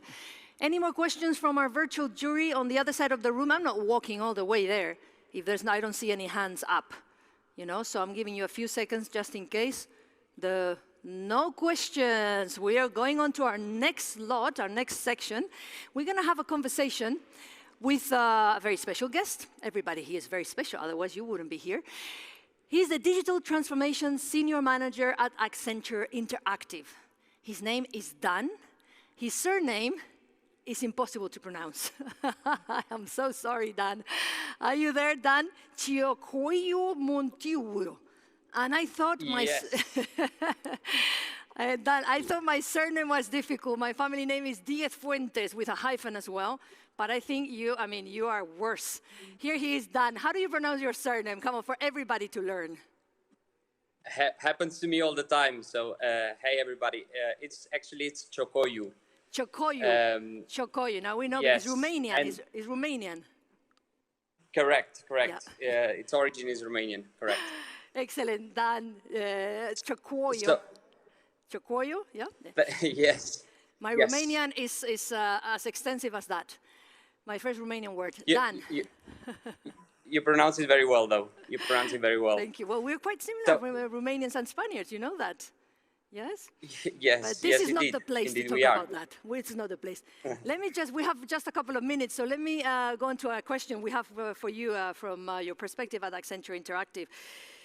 Obviously, I'm going to ask you about the travel industry. Dan, how do you see it embracing new products and services given the unprecedented scenario caused by the COVID-19 outbreak? There you go. Okay, so first of all, thank you very much for having me in this track specifically because it's very close to my heart. Also, very good to see familiar faces, but furthermore, I think it's great to see so much passion around the transformation of the travel and tourism sector, right? Now, before I start answering the unprecedented context, I think what we need to take account of is that we see right now different levels of demand recovery when we look at specific regions, right? So we have China on the one side, which is highly dependent on domestic travel, right? Where we see levels of occupancy close to the pre-pandemic say ratios. Then we see US, again, a very highly dependent domestic travel region, right? Actually never really closed, and that is starting slowly to pick up on the different, let's say, indexes when we talk about occupancy or when we talk about, let's say, flight stats or schedules. And then we have Europe, right, which is again very highly dependent on international tourism, right? And that is struck very hard by the COVID outbreak, right? But all of these regions, and I think the aim of the question is all of these regions share a common opportunity, right? Which is, again, in order to relaunch their activity, there is an imperative, right? And the imperative is to embrace new sets of services and products, right? To reorient the business. And basically with just one aim in mind, right? Transform the whole travel experience, which is something that has become an imperative because travels, citizens, patients are demanding it right now, right? And basically, in order to come up with a solution to tackle upon this imperative, we as Accenture, we are helping travel clients throughout the world, as you know, airlines, hospitality, or travel services company, right? To take let's say action in this space, and we basically commit together with our clients under 4 major plays, right? So the first one is embrace digital and the power of digital, basically, right? Throughout the value chain, throughout the customer journey, digital now means more than ever. The second one is around redefining the whole set of products and services. As we say, every business now is a health business. And I think we found good examples right now in the industry, but also embracing virtual immersive content and so on can unlock different opportunities when it comes to meeting and event space, right? The third one is around transforming the marketing models. What we do believe is there are relevant efficiencies that can be found within the structure of the marketing model that is currently operating with. And these efficiencies can then fund the whole growth and demand recovery initiatives that the company may leverage. And then last but not least, I think it's, and it's been said before, it's everything about service, right? So with that in mind, I think I'm very positive around the recovery of the tourism industry as a whole. And I think it's great to see that there are a lot of opportunities that are currently being unlocked and the travel companies are responding in the right way in order to drive more demand and drive more intelligent demand ahead. Excellent. Thank you so much, Dan. There's no time for any more questions, but you've given us a lot of homework and a lot of points very clearly. So thank you for that perspective. Embrace digital. I keep that message, but all of the others as well. So thank you so much for Dan, Chikoyu, and Accenture, Accenture Interactive. Thank you. Hope to see you soon in Madrid. Thank you for having us.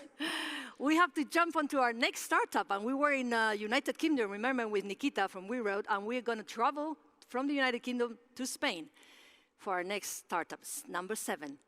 Send these guys an email, as you would to a human written in every language, outlining what kind of travel experience you're looking for and when. You'll receive a personalized proposal in no time. Like it, accept it, and done. Booking made. Life couldn't be easier, and they have also incorporated a SaaS, so other agencies, other travel agencies can use it. Let's hear how they do it from Sergio Orozco, the CEO of Triparate. Welcome, Sergio. Hi, I'm Sergio, CEO of Triparate. We are here to simplify business travel. Do you know that more than 90% of the B2B market is managed by traditional agencies? Because service is service. But on the other side, some of companies try to solve the travel problem through self-service platform.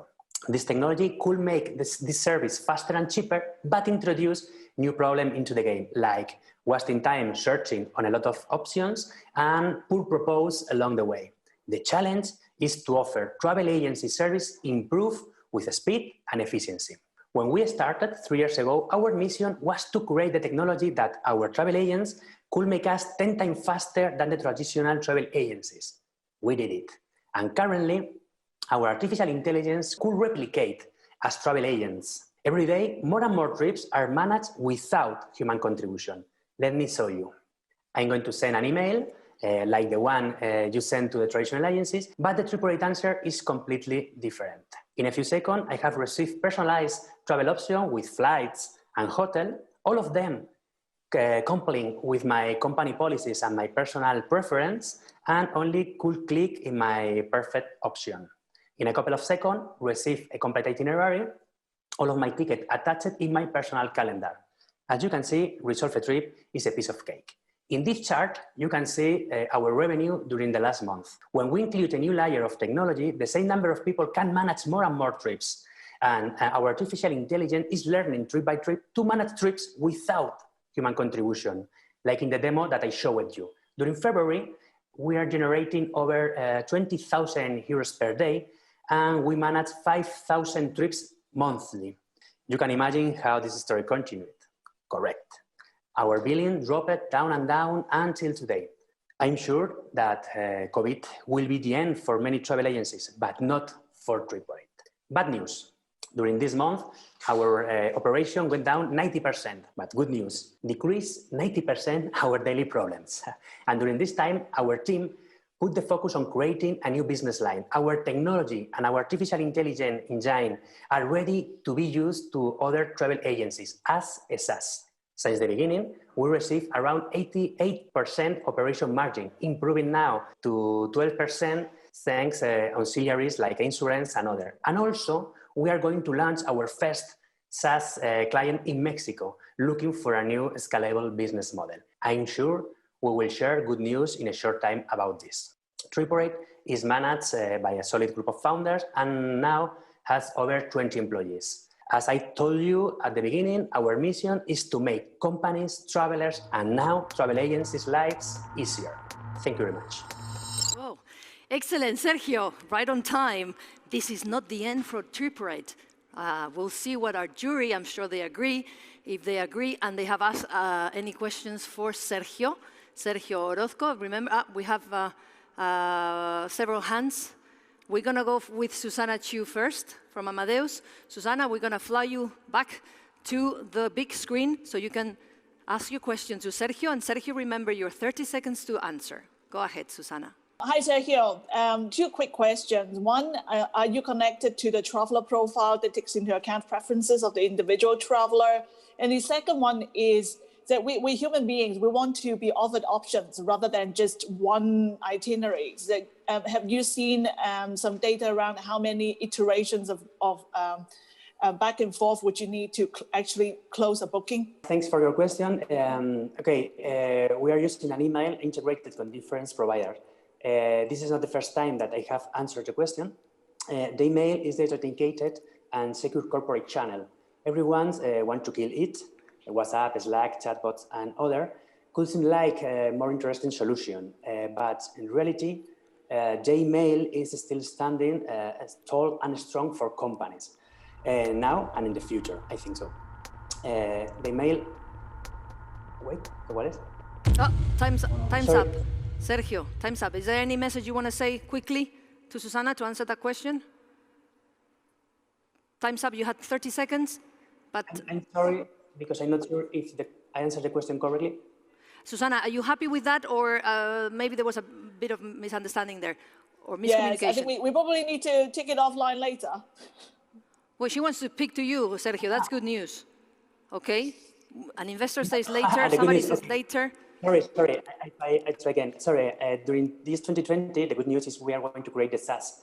And the idea is to imagine that can tell to their agencies that 50% of the current trips will be resolved by themselves. And the rest of the trips, their travel agents send to offer easy to buy. With TripRate agencies could digitalize and lower the human cost maybe 80%. And now, about your question, we are creating a modular and extensible artificial intelligence engine. It looks like Lego bricks, individual artificial intelligence model per client, and other bricks based on everything learning along our journey. This can be reused with a new agency. Time's up. Also, new bricks will be created an epic spaces case. Time's up, Sergio, but nevertheless, Susana, she wants to speak to you later. This can only be good news for you, so bear in mind to call her later, send her an email. Susana, you're happy with that? Despite you speak to him later. Okay, nevertheless, I'm coming back to the virtual jury because I saw many hands up previously. Could you raise them back again, because the production team has to see whose hands was up, and me too. But Diego Montes, he's in a run here. Diego from Plug and Play Tech Center, he's going to fly to our big screen to ask Sergio his question. Go ahead, Diego.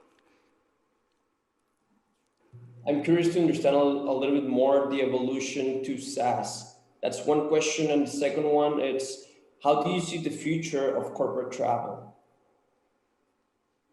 Okay, about the SaaS is maybe the similar question that I answer again. The idea is to, with the TripRate, other agencies could digitalize and lower the human cost maybe 80%. Now we have created a modular and different Lego bricks could change with other companies. Our vision to modernize the sector completely. And then the SaaS is a perfect solution to operate in other countries in an easy and quickly way, because open a legal and tax entities in other countries is tedious and slow. We can choose depending on how strategic is the country. Sorry for interrupting you all the time, Sergio, but time's up. It's impossible to respond. You're going to have to call Diego later then as well. Diego? The thing is, dear jury, you have very good questions, but that's a challenge to answer them in half a minute, isn't it, Sergio? It is difficult. 30 seconds to answer, that's 2 questions in one, and quite profound questions. But nevertheless, sorry, time's up. Sergio, just give him a call. You know, Diego, you have a lot to talk with him. I believe there's no more questions for for Sergio Orozco from Triparate. We're going to jump onto our next section, which is a conversation with Damian Harris. Damian Harris is the founder at Gecko Smart Mobility, a scooter sharing services offering fun electric scooters to share within Barcelona by the minute. He's Australian, but he's Spanish by heart, and he speaks all the languages in the world as well. And I believe he's virtually here. Where are you, Damian? Hello. We're going to welcome Damian Harris. Hello, Damian. How are you? Hi. Lovely to see you. I'm very well. How are you? Excellent, Damian. Welcome to South Summit. My iPad just gone blank, sorry. But I know the questions is, talking about Barcelona. Barcelona has experienced an explosion in the tourism sector in recent years, leading to a huge economic gains, but also some social tension. How do you receive Barcelona's recovery post-COVID as a destination? Is there an opportunity to improve the tourist offering of the city? Absolutely. I think there's a huge opportunity that's been discovered now because of COVID. I think the recovery is going to be somewhat staggered, potentially slow. Originally, when we first went into lockdown, first Mobile World Congress was cancelled in February, and then we went into lockdown in March. Initially, I thought it's going to take about 12 months, that we would have a pretty bad summer. Obviously, with hindsight now, we've seen we've had a devastating summer, both or across the board and everything connected to tourism in Barcelona. So, and I think what we've seen as well is that the reaches of that tourism impact have gone outside of what we would have traditionally called tourism businesses, of hotels and the restaurants done that. But obviously with the full lockdown, the whole economy has just been devastated. I think it's going to come back, early next year, but not in the beginning. By the middle of next year, I'm hopeful for summer. I have tourism apartments as well. They're obviously all empty of tourists. And you see it on the streets in Barcelona. I think it will come back, but I think we need to be prepared that it's going to be stagnated. Sure. Well, actually, you said in the past, not a long time ago, Barcelona is Europe's best place to start in sustainability and mobility. Do you still believe that? You have to say yeah. I mean, the whole world is devastated because of COVID. So I think the underlying factors are still there that make Barcelona a great city. But there's nowhere that's good in this current climate, because of these impacts that have been hitting everywhere. But I think there's still some underlying factors here that bring a lot of opportunities. Crisis is, in a way, an opportunity to reinvent and to launch something new. Can you give us any trick, any tip, any secret sauce of what you're doing through your business that could maybe other entrepreneurs follow suit with regards of 2021? The key thing is to make things lean. I've really looked at all aspects and to just cut costs. It's about surviving for long as possible. Just make sure your burn rate is as low as it possibly can be. What can be outsourced so it can be turned off if need be. The fixed costs are the big problem. So you can avoid those, of course, if your team's working from home. Cut your co-working space, cut your rentals. Sign up to things that are can be turned on and off when needed and can be expanded. And I think there's a big opportunity here of looking at the sustainability as well and relaunching with that in mind. We were able to see during lockdown how amazing this city was and many other cities. Nature coming back into the city, the silence, the air quality, the water quality, everything was just amazing. And I think we need to remember that when we start bringing things back in, to not just go back to the same negative, keep the beautiful clean air and the silence on the streets, hence why electric mobility is so much more attractive. Excellent. Yes, Damian. Actually, well, you've been quite innovative in your own business because you were renting scooters from your competition. So I guess your message is always to look to the silver lightning behind the cloud. Well, there's a big cloud now. Yeah, it's a big question as well. When you're looking at starting a business, there's a lot of capital that needs to be implemented. And can you avoid, the next round of financing by changing the business model? So I'm leasing rather than buying those vehicles. And that brings about a big change in my overhead and for how long I can last in a bad climate. Excellent. That was a way of keeping the fixed prices you were talking about quite low to keep you running. Excellent. Well, exactly. Damian, I don't know if you have any final message you want to send now that we are here together before I cut you off. Yeah, I think you're pretty good at cutting people off, so I'll be careful. But I just want to wish everyone the best of luck with the pitches and to stay positive. Yes, it's a tough time, but there's always opportunities to be found out there through changing. Excellent. Well, Damian, keep us posted on your developments and your discoveries and your innovation and your ideas. You're quite imaginative, and we hope to see you in La Nave or in Madrid in South Summit 2021. And until then, thank you for coming. I look forward to it. Thank you. Ciao. Thank you. Bye-bye. Damian Harris, that was Damian Harris from Gecko Smart Mobility. And we have to leave Damian to start our third section of this track, which is accommodation and hospitality. And we're going to jump on to startup number 8. It's in Spain as well. We know that hotel managers are redesigning hotels as hybrid workspaces, where part of the hotel staff will work from the hotel on site and others will be working from anywhere, shifting the mindset of how hotel managers see hotels back office. Our next startup believes that hotel staff should use hotel technology to allow their teams to keep their productive working from anywhere. To tell us more, let's welcome Joan Sanz. He's the founder and CEO of ChartTalk. Hello, welcome, Joan. Hi, my name is Joan Sanz, and I'm the co-founder and CEO of ChartOK. And we have built a technology that allows hoteliers to customize and deploy their own hotel intranet in just 20 minutes. I've been working for the last 10 years in the hospitality industry for hotel management companies and tech companies. And this is how the hospitality operation looks like. This is hard-working people with a lot of technologies, a lot of paperwork, and a lot of things to do on a daily basis. But unfortunately, 75% of the staff do not have access to a desk or a corporate email. Let's put an example of Jaime.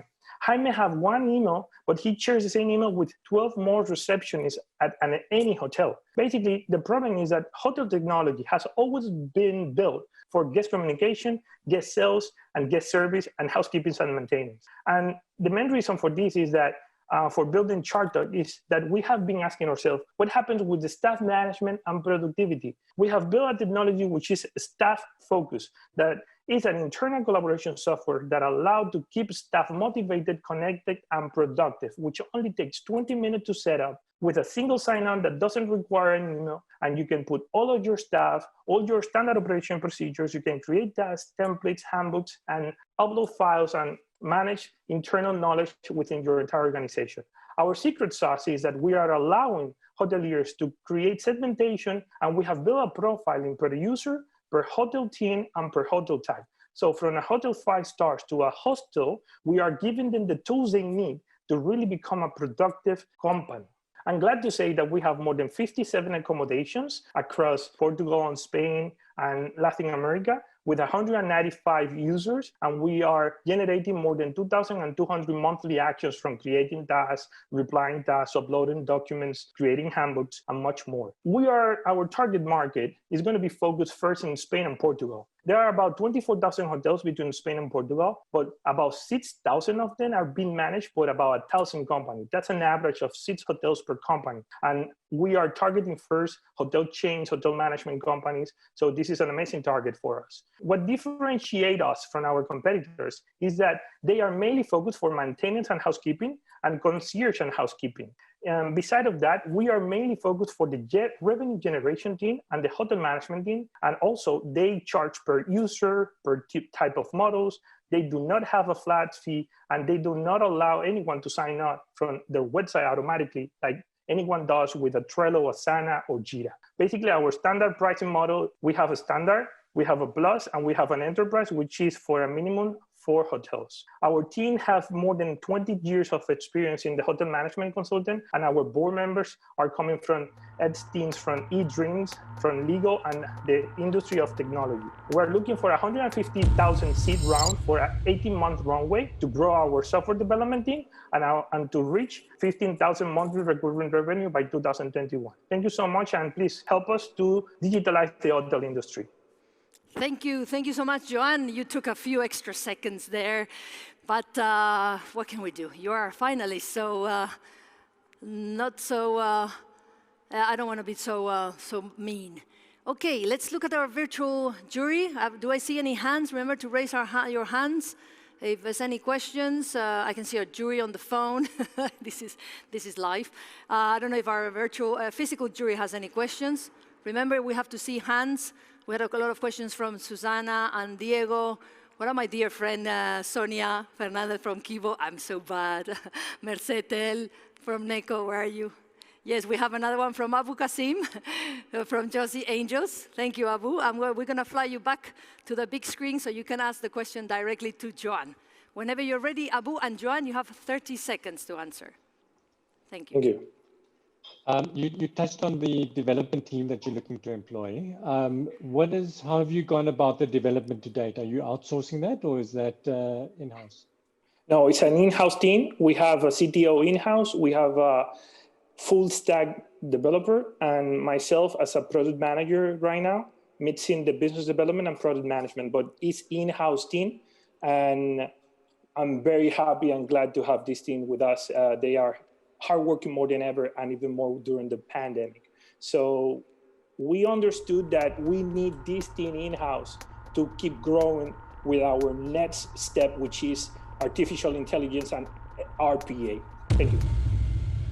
Next step, artificial intelligence. You heard that. I'm not sure we have any more questions from our jury, virtual jury.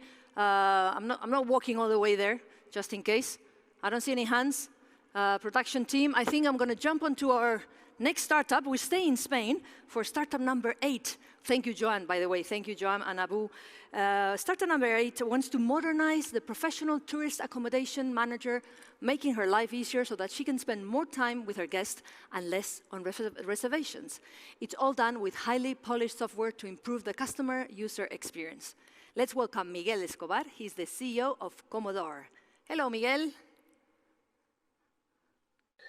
Hi, my name is Miguel. I'm co-founder of Commodore, the guest management platform for tourist lodgings. Let me share my history with you so you better understand the problem we solve. For more than 10 years, I've been helping my family to manage holiday rentals in Mallorca. And I can tell you, to be a perfect host is hard work and involves many repetitive tasks. On average, I have to spend 25 minutes speaking with each guest in every booking. Then I have to be responsive 24/7 due to unexpected delays. And at the top of that, I had to make my guests fill out documentation in order to comply with government laws. Wondering myself, do we really need to sign physical papers in 21st century?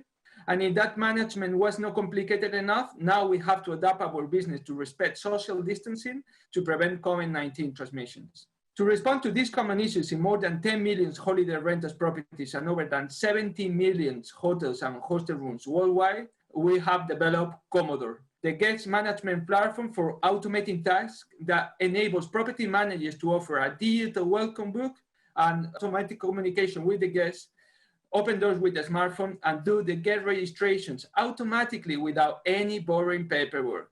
With Commodore, we are helping property managers like Manuel, who hired Commodore to find a solution to comply with COVID-19 measures and found out that digitizing the guest management processes, he can offer not just social distancing, but save more than 2,500 euros per unit per year. And this is actually a good case to explain you how we make money. We have a B2B business model with a simple pricing, one for holiday rentals and another for hotel and hostels.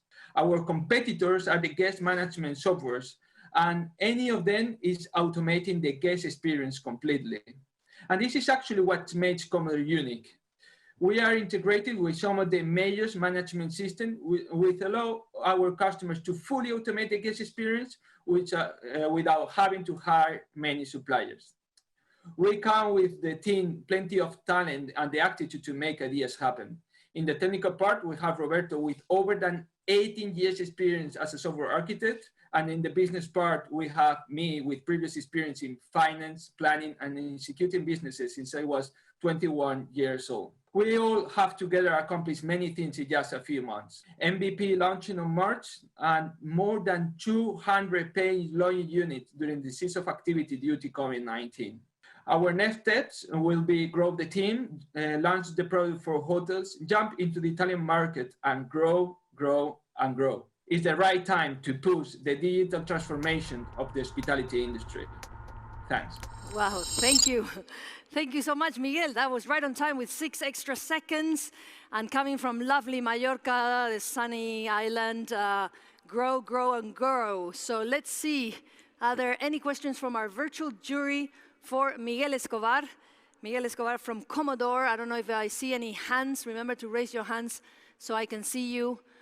Well, as you think about any questions, I'm going to look at our jury over there on the at La Nave physical jury. I think, Miguel, you've explained it so well. Go, go, grow, grow, grow. So good luck, Miguel. We'll see what the jury decides today after the round of startup pitching that will finish soon, and see who's the winner this afternoon. And from sunny Mallorca in Spain, we're going to fly to visit our next startup and the last one of this track. I remember, I think I said this morning there were 10. I think I made a mistake. There were 9. If I'm not, I think I counted. There's 9, and this is the last one. And we're flying from Spain to the United Kingdom. A hospitality company is much more than a building, an interior, or even a location. What makes it special is, what do you think? This is a question I throw in the air there, rhetoric question. It's people, of course. It's people is the most important thing, and what guests remember is that special touch, that attention to detail, that smile. But to achieve this, a level of service, it requires hiring the right employees, nurturing them, and keeping them. And that's far from easy, unless you use our next startup software. Do you want to join the future of recruiting? Of course you do. So let's hear it from Katerina Satiko, founder and managing director of Workathlon. Hello, Katerina. Welcome. Hi, I'm Katerina, founder of Workathlon. As a second-generation hotelier, I felt firsthand the struggle of sourcing the right talent for my business. We hire with incredible bias. We skim through resumes, and you know what we end up looking at? Recognizable employers and education. But are these really the signifiers of success? The blue-collar industry is one of the world's largest employer and has had the highest staff turnover rate, with hospitality in particular reaching over 70% turnover. Yet, it is highly underserved in hiring technologies that cater the ongoing change in modern workforce sourcing and hiring. Today, I will take you on the incredible journey of Workathlon. We built an award-winning recruitment solution, enabling employers to finally source, manage, hire, and train the right talent from one single platform. There is data everywhere, so we find it, we organize it, learn from it, and retain it. Then we deliver that relevant candidate job intelligence to the recruiter's funnel. This allows them to begin engaging with the right talent before the competition even finds it. We transform dispersed data into a story, making life-changing connections only found with machine learning algorithms and neural networks. We are a subscription-based marketplace working with over 140 hospitality companies to manage their hiring needs and have grown over 500% on our revenues year on year. Yes, I know you recognize some of these brands because we work with the leading hospitality employers. And this is mainly due to the commitment and incredible energy of our team, a combination of hoteliers, data scientists, engineers, and hospitality professionals, a team of 8 people and supporting mentors who have worked relentlessly with a purpose, to enable professionals to be part of the future of work now. We were on track till the COVID virus struck. The hiring marketplace, the blue-collar industry, hospitality have changed dramatically. The demand supply of the hospitality employment has completely shifted. There is now a surplus of talent looking for work, but also a need for cost efficiency from employers. We have been doubling our candidate base with no ad spend by launching a hospitality academy for reskilling and upskilling amidst the crisis. We are adding even more flexibility to hiring periods while building incredible teams within employers who are looking to come out stronger from this crisis. This is our start, but we're not done yet. We are well sourced to weather the storm, and we're on our way to become the only source for accurate, multi-level, detailed analysis of candidate fit in the blue-collar sector. We have been ahead of the curve already, and now things are about to change. If you would like to be part of the future of work, we would love to talk. Good, Katerina, ahead of the curve. Do you want to talk to her? Do you want to ask her any questions now that is your chance to do so? I'm coming here to ask our panel. We have a question from Barbara Orozco from Google for Startups. Once I arrive there, Barbara, you can already ask your question to Katerina. Hello, Katerina. It was really, really interesting. I loved how you're pivoting with the COVID crisis. One question, how easy is it for you to scale internationally? Thank you for your question. We've already been scaling so our major employment base is in Greece and Cyprus, and we've started scaling in the Middle East since January. It's going really well. The way that we see the market evolve, because we're a marketplace, is to always keep a constant, either the talent pool or the employers, and be able to match effectively between different countries. Great, thank you. You happy with that, Barbara? I changed your surname, by the way, your family name. She's not Orozco, she's Ozores, Barbara Ozores. Sorry, so many names. Can I ask, we have here a question from Gonzalo. Gonzalo Velasco, I'm not changing your name. Adelante, Gonzalo. Yeah, just continuing with that previous question, how could you extrapolate this idea to other sectors? How easy would it be? So recruitment and the way that it works is not, it doesn't only sit within a particular sector. When we're looking at a vertical such as hospitality, what we're able to do is have more granular data into matching employers and employees. The model doesn't change dramatically when you move into different sectors. What changes is that you need the kind of data which needs efficient recruitment, and you need the kind of analysis that you would know to match the two-sided marketplace. Happy with that, Gonzalo? Are there any more questions on this side, guys? I'm going to quickly run to the middle and maybe to the virtual jury, because this is your last chance to ask our startups, at least in this track, the travel and tourism track. This is the last startup, Katerina from Workathlon. If there are any pending questions, we have a question here. Sorry, I believe Venkat. Yes, Benka, I couldn't see you. Sorry, you were hidden up there. Benka, of course, from ProFounders. This is your chance to fly. Do you want to fly? Come fly with me. Let's fly away. Benka, your question to Katerina when you're ready.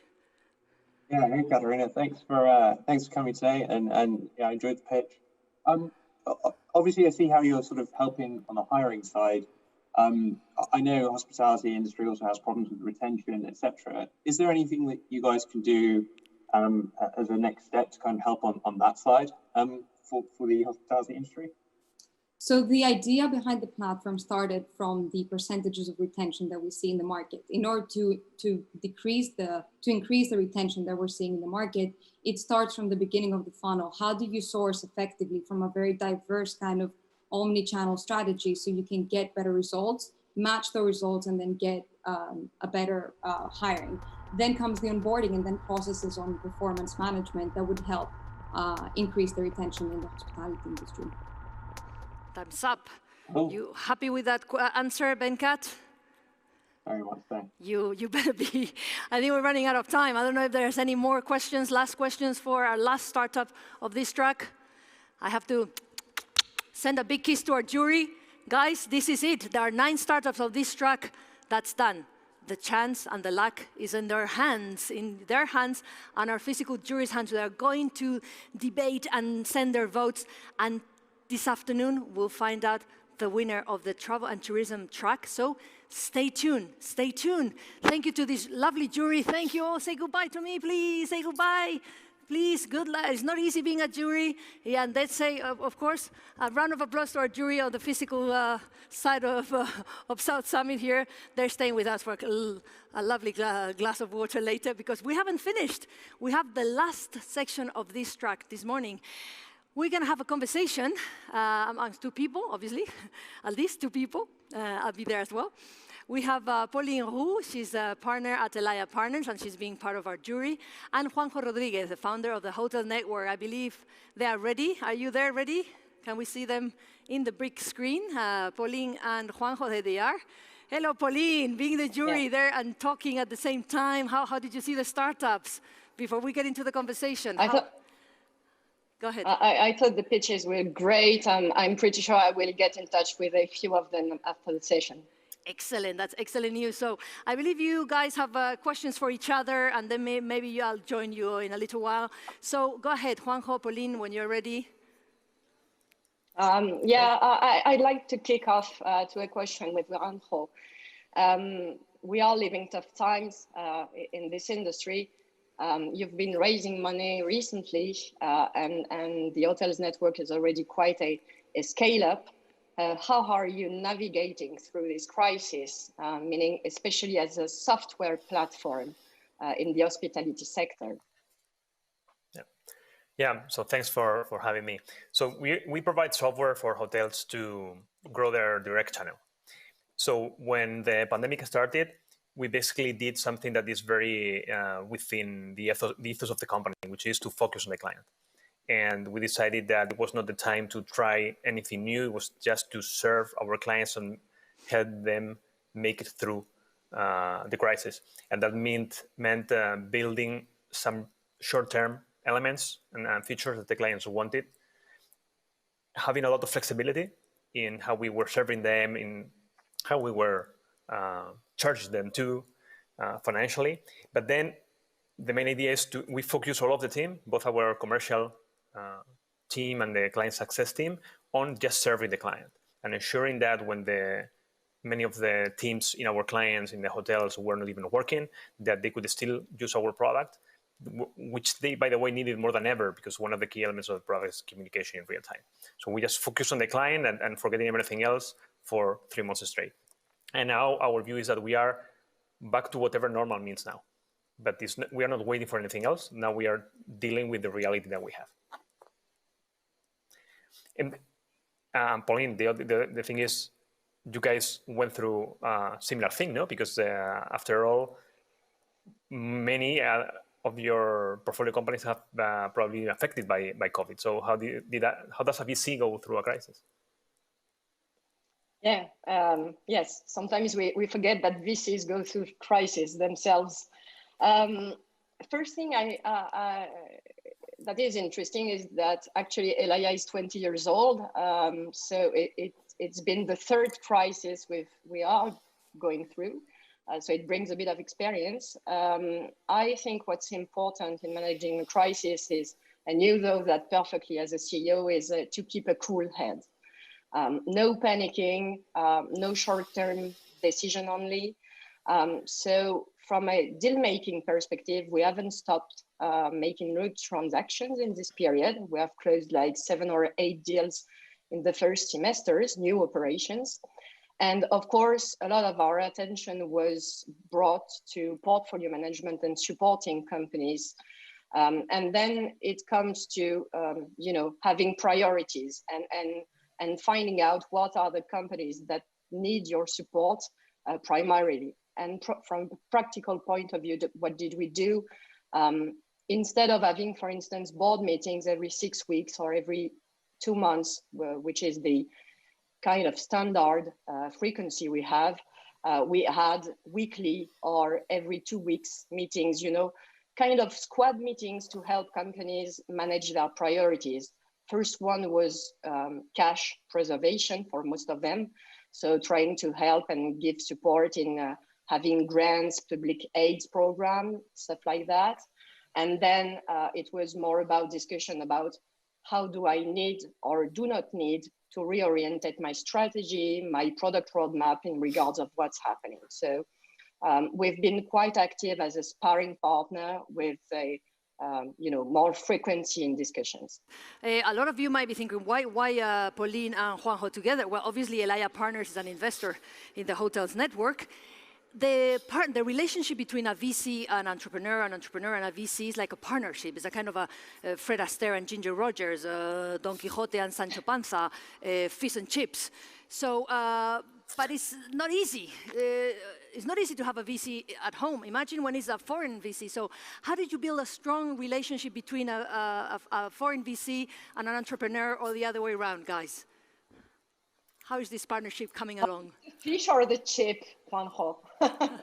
Yeah, exactly. Juanjo is the chips, for sure. Exactly, okay. So, element is we actually wanted a VC with an international view, because we are a very international company from the get-go. In hospitality, as many of the previous startups have mentioned, you are either international or you aren't. And so we already had an American investor, a Spanish one, so we were looking for a, not like compulsory, but it was clearly a plus to have an international experience. And the funny thing in our case is that since we've met with Pauline many more times before we became partners than afterwards. Because afterwards, we have never seen each other physically again. Well, you've seen it. It's possible. As Pauline said, VCs also suffer crisis. And as you've seen Juanjo saying, entrepreneurs also choose their VCs they want to be with. So this is a lovely partnership. All our love and best wishes for the hotel network and for Elaya Partners. Thank you for being as well part of a jury. See you soon at South Summit 2020. And this is all we have. Thank you. This is all we have for you today. We finish our track, travel and tourism, tourism and travel. Just a few closing remarks. Make sure to follow our primetime session today. We have people like Carlos Torrevila from BBVI, Marcelo Clor from SoftBank. We have Quique Sarasola from Roommate Hotels, dear friend to South Summit as well. Carlos Sainz, the rally driver. Antonio Banderas, Zorro, our lovely Antonio Banderas, our favorite actor, and many more. So make sure you watch the Prime, is every day, but make sure you show it today. You will also be able to watch it online. We also have, this afternoon, remember, the winner from this track, the travel and tourism winner. And what else do we have? You can tune this afternoon or later whenever you have other parallel tracks that were running parallel to this one, the consumer trends, fintech, and insurtech. Super interesting. I want to say thank you to our entrepreneurs, to our lovely jury, both physical and virtual. Good luck to all our entrepreneurs. Good luck to our juries deciding the final winner of this track. And I'll see you very, very soon. In the meantime, take care and see you at South Summit 2021. Goodbye and thank you.